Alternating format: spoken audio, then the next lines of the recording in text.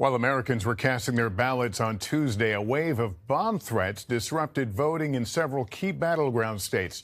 Tom Winter joins us now. Tom, U.S. intelligence officials are investigating whether there's a Russia connection here. Well, that's right, Lester. The threat started in Georgia and then continued on to key battleground states, impacting 7 in total. The FBI investigating the threats, saying many of which appear to originate from Russian email domains. Now, none of the messages were deemed credible, no bombs found, and while some polling places stayed open later, having been temporarily evacuated, there's no indication this impacted the vote. Tonight, the question for the U.S. intelligence community is whether or not these threats were sent from or on behalf of the Russian government. If so, intelligence experts say it would mark a significant escalation for Russia, moving from an effort not just to sow discord and propaganda, but trying to impact the ability of Americans to vote. All right, Tom, thank you for that. Thanks for watching. Stay updated about breaking news and top stories on the NBC News app or follow us on social media.